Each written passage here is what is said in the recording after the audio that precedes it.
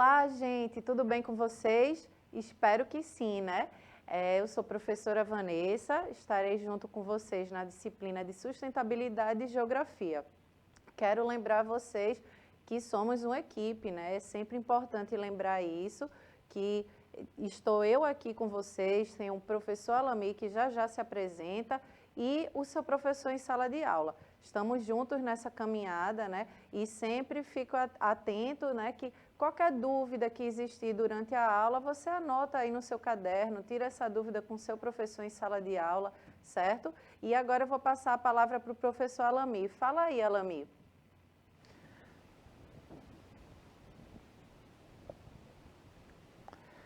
E aí, gente, como é que vocês estão? Tão bem? Vanessa falou de uma equipe, está aqui a professora Vanessa, a professora Alami. Do outro lado das câmeras, a gente tem uma galera muito especial que está aqui desde cedo, cara, preparando tudo para que chegue o melhor para vocês. Mas, Vanessa, a gente tem um componente novo na nossa equipe, tem o professor Gilson que chegou também. Vocês vão ter a oportunidade de estar com eles aqui também, a equipe está aumentando, cara. Mas o que a Vanessa falou que é o mais importante, ter o caderninho de lado. Vamos anotar aquilo que não ficou bem claro, meu irmão. A gente leva para a sala de aula, tem um colega lá que vai ter com você direto tirar suas dúvidas. Aquilo que ficou bem esclarecido, debate com teus alunos, com teus colegas, cara. A importância é essa, a gente chegar e difundir aquilo que a gente aprendeu. Mas vamos embora que a Vanessa vai dar uma aula show agora. Vamos lá, Vanessa? Vamos sim, exatamente. O professor Gilson, né, como o professor Alami falou, está chegando junto da equipe nossa e também para somar aqui junto com a gente, certo? Mas vamos agora para o que interessa, né? A gente volta aqui a falar sobre os movimentos indígenas, né? Hoje a gente vai trazer aqui algumas questões que já foram conquistadas através desses movimentos, dessas mobilizações e alguns desafios que ainda encontram, né? A gente falou há umas aulas anteriores sobre o movimento indígena, a questão da terra, né? A importância de demarcação das terras. Na aula passada a gente falou sobre a questão da queimada, né, dos desmatamentos, como isso impacta, né, nessas comunidades, nesses povos originários. E hoje a gente vai entender um pouquinho sobre conquistas e desafios que esses movimentos enfrentam até hoje, certo? Então vamos seguindo aqui na aula. Bom, antes de começar, né, lembro a vocês que essa aula vai ficar disponível no canal do YouTube, né? Não só você pode ver aqui pela TV, mas no YouTube você também pode acessá-la.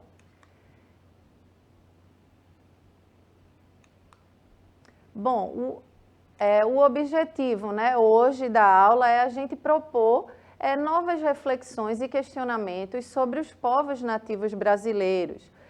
Indígena no Nordeste também a gente vai falar um pouco como é que a situação, né, desse movimento na região Nordeste e os indígenas remanescentes, né, em Pernambuco, que os que ainda resistem, né, no nosso estado. Bom, aqui eu trouxe uma tirinha para a gente refletir um pouco, né? Vamos entender aqui como é que a tirinha retrata. Perguntaram se a terra era nossa e minha avó disse que não. Por isso expulsaram a gente. Aquela terra nunca foi nossa. Nós que somos daquela terra. Eu gostaria de chamar agora o professor Alami, né, para ele dar a opinião dele, né, o que é que essa tirinha sugere, o que é que ele acha que retrata nessa tirinha aí, nesse diálogo. Mas como sempre, Vanessa me faz aqui tá refletindo e pensando sobre a situação. A gente está falando sobre realmente um povo, né, os indígenas, e ela fala sobre a terra. A gente já viu isso nas aulas de geografia, viu isso nas aulas anteriores, de que quando os colonizadores chegaram aqui, não os descobridores, vocês já sabem isso, estão no 9º ano, existe uma diferença muito grande, né? E tinham mais de 5 milhões de povos indígenas aqui, divididos por diversos troncos linguísticos, minha gente. Hoje existe um pouco mais, Vanessa, de 800 mil. Aí a pergunta é, a terra é nossa? A terra é de quem chegou? Ou a terra de quem já estava? Será que quem já estava aqui está sendo tratado como dono da terra mesmo? Ou será que eles estão sendo esquecidos? essa trilha que ela colocou aí agora, tá? Faz a gente refletir que muitas vezes a gente esquece as nossas raízes. Vocês acabaram de ter uma aula aqui de ciências que falava realmente uma coisa voltada para do que a gente foi formado, né? Lá na frente eu vou dizer para vocês de onde eu vim, tá? Mas eu entendi dessa forma, professora. Exatamente, é exatamente isso, né? Que essa charge aí, essa tirinha nos traz para reflexão. Mas vamos seguindo aqui, né? A questão indígena, na atualidade, né, o cenário atual, ela vem ganhando visibilidade, né? São algumas conquistas que a gente observa dentro desse movimento indígena. Bom, os povos indígenas, né, condenados pelo Estado brasileiro a desaparecerem enquanto tais até o final do século XX, reaparece ganhando visibilidade no cenário brasileiro e internacional, afirmando suas identidades e culturas, né? Agora, no século XXI, vem se fortalecendo, né, um pouco essa questão dos movimentos indígenas. Claro que a gente deixa aqui o alerta, né, chama a atenção que existe ainda muito caminho pela frente, né? Ainda muito chão pela frente, porque ainda muitos desafios a gente encontra para a questão indígena. Porém, vem se ganhando algum espaço, né? Então, onde é que vem ganhando espaço? Não só no cenário brasileiro, mas também internacional. Então, algumas lutas, né, por direitos que a gente vai observando. Aqui eu gostaria que o professor Alami também falasse um pouco, né, sobre essas duas imagens de um indígena aí que está com uma câmera, né, fazendo uma reportagem, um documentário, e o outro ali como um político. Professor Alami, o senhor poderia falar um pouco sobre essas duas imagens? Você tem, como a gente acabou de falar aqui para vocês aqui, a gente viu que era 5 milhões, agora 800 mil, mas esse povo tão esquecido, então eles começam a tomar espaço. Vocês viram aqui nessa imagem que um vereador do Mato Grosso do Sul, representando o povo indígena, foi eleito. E ao lado você está vendo um índio lá, lá filmando, mas ele está fazendo documentários, você está colocando, e esse que está aqui, por questão de direitos, assim, a gente não pode estar colocando, mas se vocês procurarem no canal lá, ele está, Vanessa, com mais de 1 milhão de seguidores, tá? Só fazendo documentários da que acontece com povos indígenas lá. Aqui em Pernambuco, nós tivemos um prefeito eleito, representando os povos indígenas. Ok, tem um problema na justiça? Tem, mas isso não cabe nem a mim, nem a você. O que cabe é que é um representante do povo indígena que assumiu uma prefeitura de uma cidade aqui vizinha. Então, o que acontece? Eles estão ganhando seus espaços, isso é muito importante. É muito importante, porque eles vão começar a defender a sua causa. Esses dois exemplos é bem característico, um na política e outro na mídia, tecnologia, com mais de 1 milhão de seguidores. Eu não tenho, Vanessa, nem 100 seguidores, Vanessa.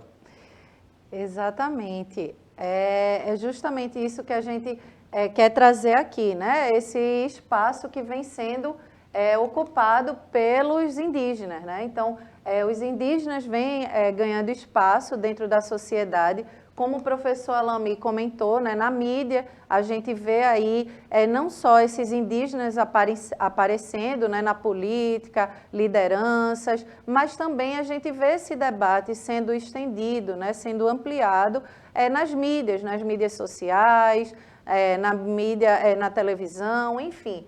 Então, tudo isso é importante e é uma conquista. Aqui a gente também chama atenção para o espaço que vem ganhando dentro do espaço escolar, né? Dentro da escola. Aqui, por exemplo, mesmo nessa aula hoje, a gente está trabalhando sobre os movimentos indígenas, então esse debate está se ampliando, né? As pessoas estão discutindo mais sobre essa questão. Nas universidades, vem ampliando, aumentando, né? Pensadores, pesquisadores, trabalhando sobre essa temática indígena, né? Certo?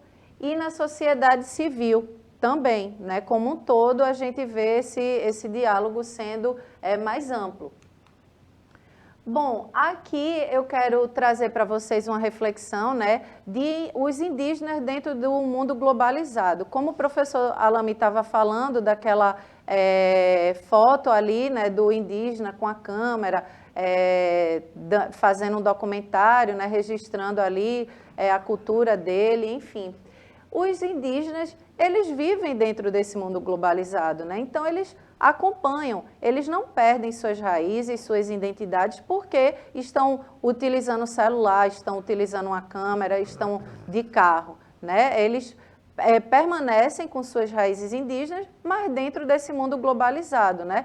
O indígena não é só aquele que está na floresta, que está cultivando, caçando, né? Dentro da aldeia. Ele vive na cidade também. A gente tem que desmistificar, né? Entender que esses povos estão dentro do nosso contexto, né? Globalizado. Então, que eles possam também acompanhar e não perdem suas raízes por conta disso, certo?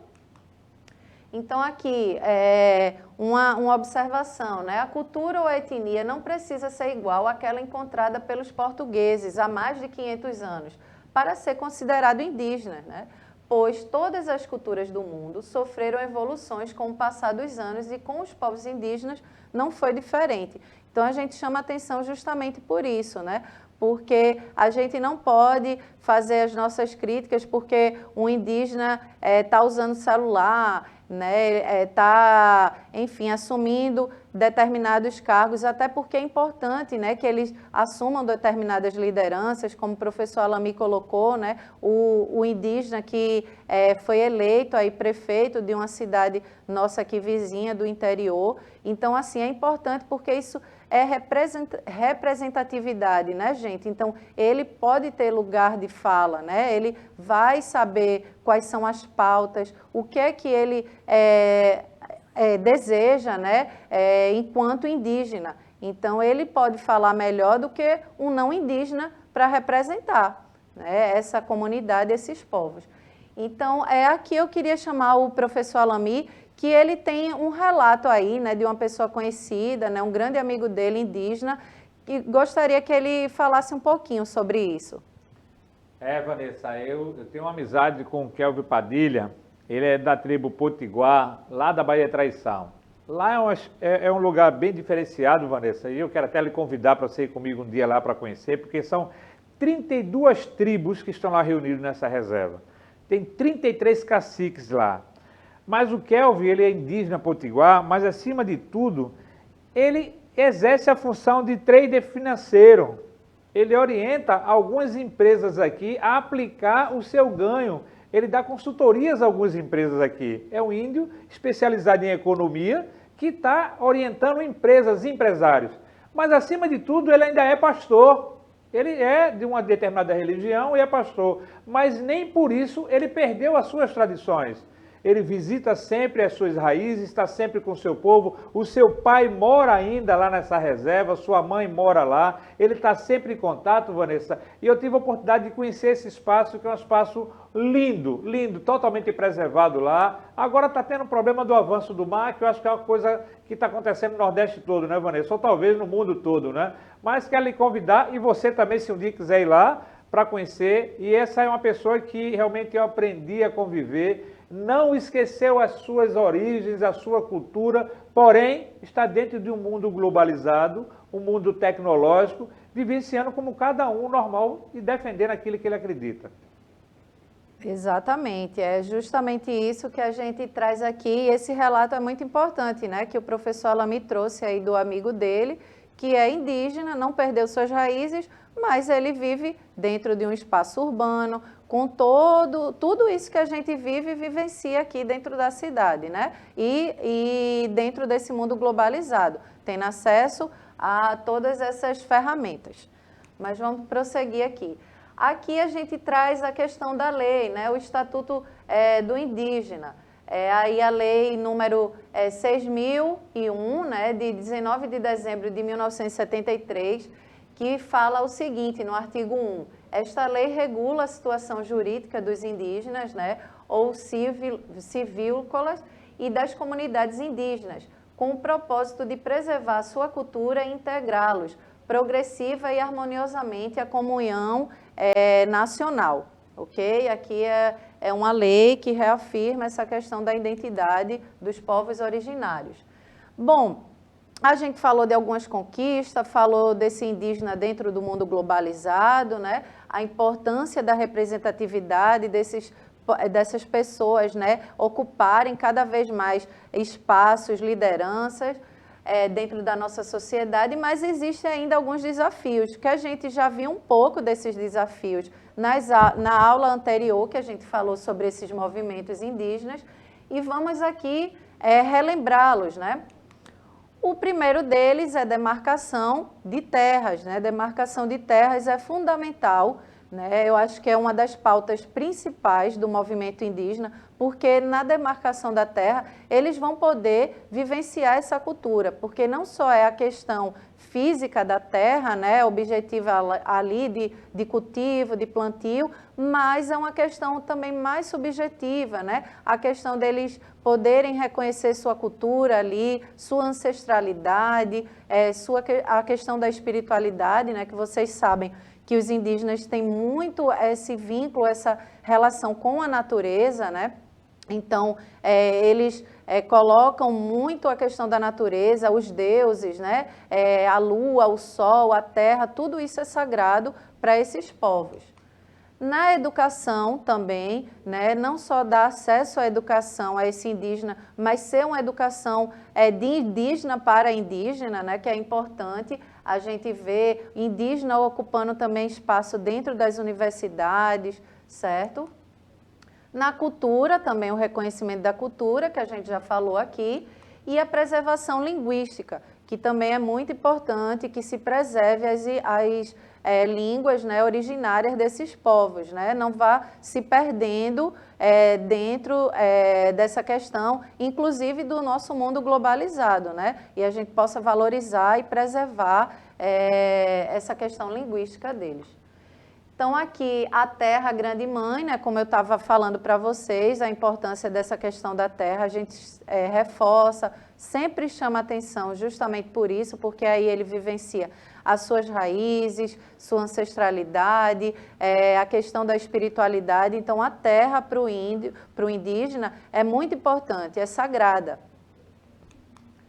Bom, a gente vai fazer um recorte aqui, né, para falar um pouco sobre essa questão das queimadas, né, desmatamentos, que a gente vivencia no nosso país, na atualidade, né, e que foi tão forte no ano passado que a gente viu. Inclusive, na aula anterior, a gente trabalhou, né, a gente pôde se aprofundar um pouco e entender esse cenário atual das queimadas e do desmatamento. E aí a gente traz a questão, né, aqui, os focos de incêndios nesses territórios aumentaram 87% desde 2019. Veja só quantas terras, quantos territórios, né, foram devastados, degradados por conta de queimadas, desmatamento.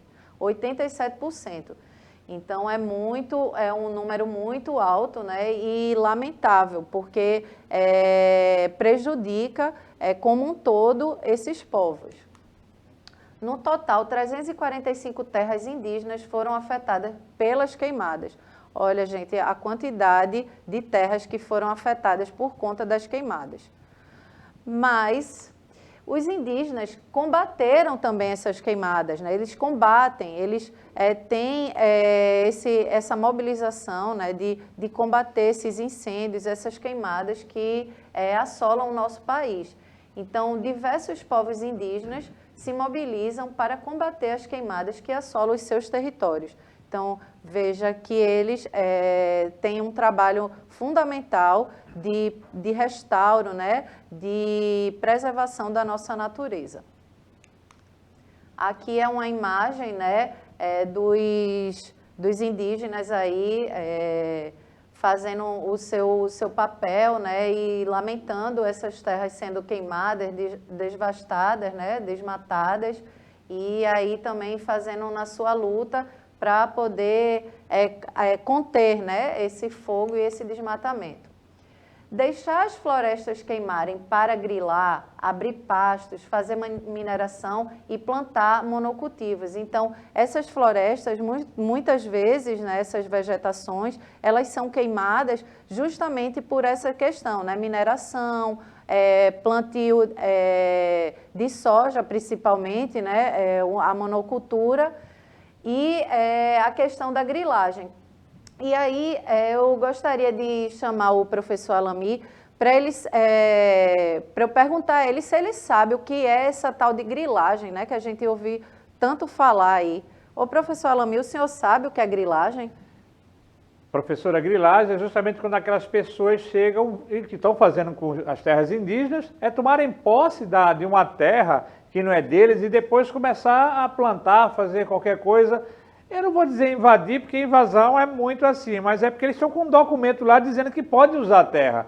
Esses documentos, eu não sei de onde surgiram, viu, Vanessa, mas eles têm um documento, aí usam a terra aí para poder chegar às terras indígenas, outras terras lá. Por isso, agora, de onde veio esse nome grilagem, mas tu me pegou. Aí tu me pegou, bichinha. Exatamente. Vamos entender aqui como é que vem, né? Esse nome grilagem que a gente escuta tanto falar, vem de uma ideia, né, para eles falsificarem, né, fazer essa manobra de burlar, falsificar um documento, eles colocavam dentro de uma gaveta um documento falso, junto com ele botavam grilos e ficavam ali por dias. Quando eles iam abrir as gavetas, aquele documento, aquele papel que estava ali, estava com aspecto de antigo. Então, por isso que surgiu esse nome, né, grilagem, porque vem daí, dos grilos que eles colocavam dentro dessas gavetas para poder fazer essa falsificação desses documentos e invadirem terras, certo?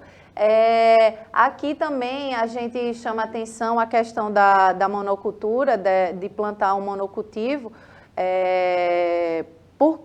pela questão de que nossa terra, né, nosso solo, ele precisa da diversidade de plantio, de vegetação, né? Ele precisa para nutrir, para alimentar. As plantas, né, elas têm uma linguagem, elas se falam, elas precisam de um manejo adequado. Hoje a gente vê aí falar muito de reflorestamento, agroecologia, agrofloresta, justamente como uma alternativa para um manejo mais saudável dessas terras, né, desse solo. E quando a gente só tem uma plantação, né, isso pode degradar bastante o nosso solo. E isso é a causa, muitas vezes, das pragas e tudo mais. E isso dificulta, né, a nossa natureza, né, preservar nossas florestas. Mas vamos seguindo aqui. Aqui eu trago um dado, né, um gráfico aí para mostrar um mapa, ou terras indígenas, né, que foram afetadas por queimadas, desmatamento. Então, essa área vermelha aí que vocês podem observar, elas estão bem avançadas aí, né, essas queimadas e o desmatamento, lamentavelmente. Eu quis trazer justamente para a gente refletir sobre isso. Aqui a gente vai falar um pouco sobre o indígena na região Nordeste, certo? A região Nordeste que tem muitas presenças ainda de tribos indígenas, né, que resistem ainda, e com as mobilizações, né, vem ocupando cada vez mais espaço no cenário sociopolítico, como é o caso que o professor Alami falou, né, do prefeito aí que foi eleito de uma cidade aqui do interior. Então eles vêm ganhando espaço na política regional, enquanto povos diferenciados do conjunto da população regional e reivindicando o reconhecimento, a garantia de suas terras e direitos junto aos poderes públicos, certo? Então, esse movimento, essas mobilizações, vem ganhando esse espaço dentro da sociedade, na política, enfim, na mídia, e cada vez mais a gente vem ampliando essa questão. Aqui é o manifesto do Piaraçu, né? É um manifesto que foi realizado no ano passado, né, em 2020, justamente por essa demanda, né? A gente vivenciou anos aí de muitas queimadas. O ano passado, principalmente, a gente viu muitas queimadas, muito desmatamento, e aí os povos indígenas, né, algumas lideranças, do Brasil todo se mobilizaram para fazer esse manifesto, né? E esse manifesto analisa os efeitos da ação do homem branco sobre o planeta e alerta sobre a importância das tribos indígenas para a sua preservação. Então é importante esse manifesto, né? E a gente traz aqui para dizer o quanto esses povos eles lutam para preservar a natureza, né? E chamar a atenção de como o nosso modelo, né, econômico, social, vem degradando a natureza, vem desmatando, liquidando nossas florestas, e que é importante que a gente pense de outra forma, né? Que a gente pense de um desenvolvimento sustentável, que a gente preserve nossos biomas, nossos ecossistemas, nossa fauna e flora, porque a gente precisa dela, ok? Aqui eu trago um trecho, né, do manifesto que diz o seguinte: o Estado brasileiro tem que entender que tem uma dívida histórica com os povos indígenas, né? Nós somos os primeiros habitantes desse país, não apenas defendendo o meio ambiente, somos a própria natureza, né? Somos natureza, precisamos da natureza para respirar, para viver, né? Para sobreviver, para se alimentar. Então, assim, eu quis trazer esse trecho aqui para vocês, para a gente poder refletir sobre isso, ok? Aqui eu queria trazer também uma curiosidade, né, que mulheres indígenas vêm ocupando espaço, né, também na política, algumas lideranças assim nas aldeias, como organizando conselhos, enfim, as mulheres vêm ganhando esse espaço, né, que na sua maioria é homem que lideram, né, cacique, pajés, mas hoje a gente vê mulheres tendo algumas lideranças dentro das aldeias e também lideranças na política, como a gente observa no Brasil. Aqui é um mapa, né, de Pernambuco e trazendo alguns povos ainda que resistem, né, no nosso país. E eu gostaria que o professor Alami falasse um pouquinho, né, sobre esse contexto aqui de Pernambuco, aí, das tribos que ainda resistem no nosso estado. Certo, gente, vocês estão vendo um visual novo aqui, porque realmente eu sou descendente de índio, minha mãe é uma índia Pancararu, tá? E eu queria que a produção colocasse os slides só para vocês verem aqui mais ou menos onde é que é a distância aqui. Vocês vejam aqui onde é que é o Pancararu, lá perto de São Francisco, e vejam o Funiô já do lado de cá, onde tá o intérprete aqui. Quando houve a questão da usina lá, minha avó saiu de lá e veio se juntar aos Funiôs, e minha mãe foi criada nos Funiôs, ao qual eu realmente cheguei e nasci. Mas eu estou aqui, gente, com esse cocá aqui, para dizer para vocês que existe uma representação muito grande no povos indígenas. O cocá, tá, tem uma simbologia de poder religiosa, então muitas vezes a gente brinca com o cocá, com uma brincadeira, sem saber o significado dele.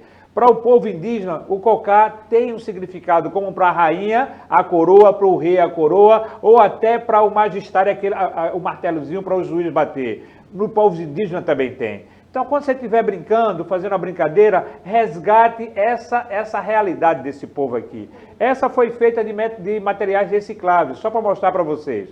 Mas eu estou me despedindo aqui, dizendo para vocês até a próxima aula e dizendo que a gente acredita em vocês. Até a próxima, gente. Exatamente, professor. A gente precisa respeitar esses povos, né? Foram os primeiros habitantes do território que hoje a gente chama de Brasil, e cuidar da nossa natureza, né? A gente faz esse alerta, esse apelo, porque são povos que realmente têm um manejo diferente, né, do nosso, aí desse mundo que só pensa muitas vezes no crescimento econômico e esquece um pouco da preservação da natureza. Eu espero que vocês tenham gostado da aula de hoje. Eu fico por aqui, um forte abraço e até a próxima aula.